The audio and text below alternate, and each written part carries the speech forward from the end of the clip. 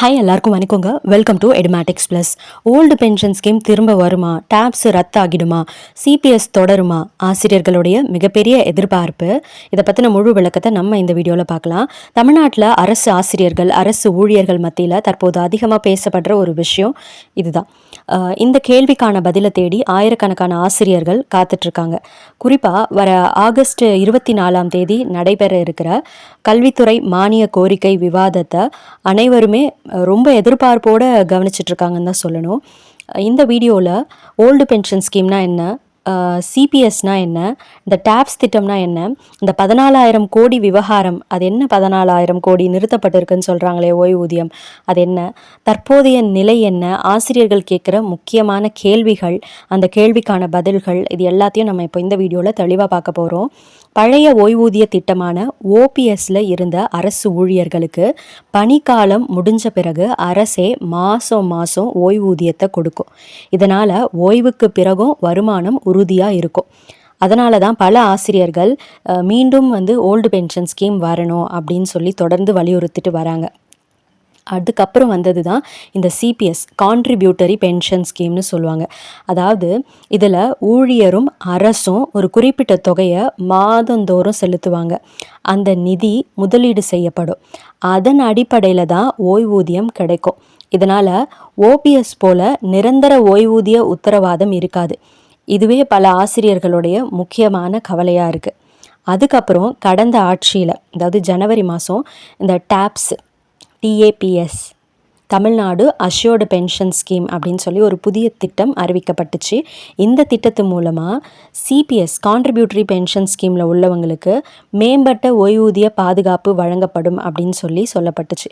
இதுக்காக அரசுக்கு ஒரு வருஷத்துக்கு சுமார் 14,000 கோடி கூடுதல் செலவாகும் அப்படின்னு சொல்லி தெரிவிக்கப்பட்டுச்சு. அதுக்கான அரசாணையும் வெளியிடப்பட்டது.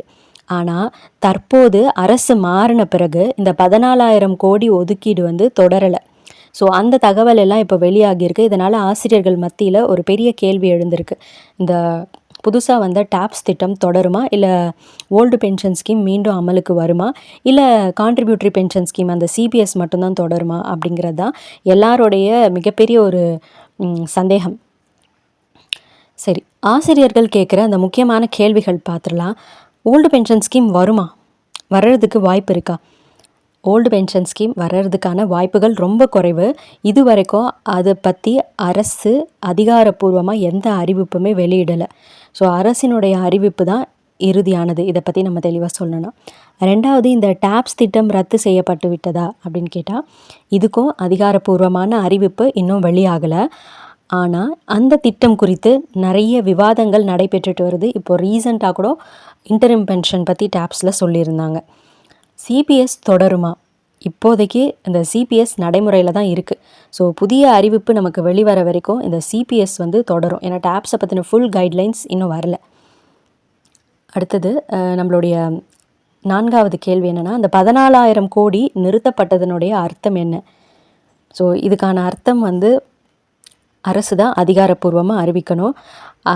14,000 கோடி நிதியை நிறுத்திட்டாங்க அப்படிங்கிறதால ஓல்டு பென்ஷன் ஸ்கீம் வந்துடுச்சுன்னு அர்த்தம் கிடையாது. அதே போல் டேப்ஸ் முழுமையாக ரத்து செஞ்சுட்டாங்க அப்படின்னும் அர்த்தம் கிடையாது.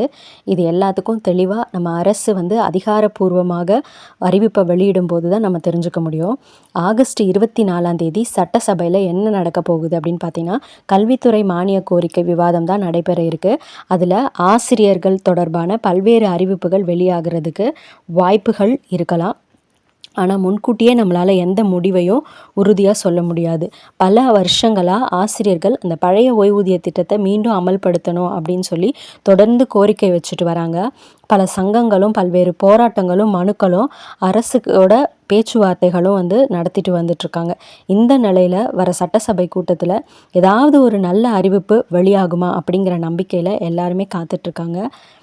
ஸோ அரசினுடைய அதிகாரப்பூர்வ அரசாணை இல்லை அறிவிப்பு வெளியாகிற வரைக்கும் எந்த தகவலையும் நம்ம இதுதான் இறுதியானது அப்படின்னு சொல்லி நம்ப வேணாம்.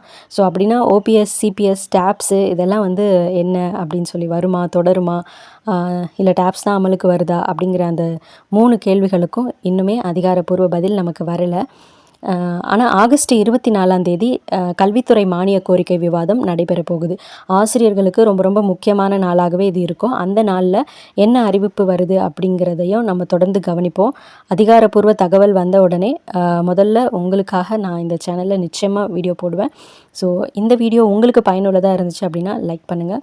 அண்ட் உங்களுடைய ஆசிரியர் நண்பர்களுக்கும் இதை ஷேர் பண்ணுங்கள். இதே மாதிரி அரசு ஊழியர்கள் ஆசிரியர்களுக்கான தகவல்களை தொடர்ந்து பெறுறதுக்கு நம்மளுடைய சேனலை சப்ஸ்கிரைப் பண்ணிக்கோங்க. அண்ட் பெல் ஐக்கானையும் ப்ரெஸ் பண்ணி வச்சுக்கோங்க. தேங்க்யூ.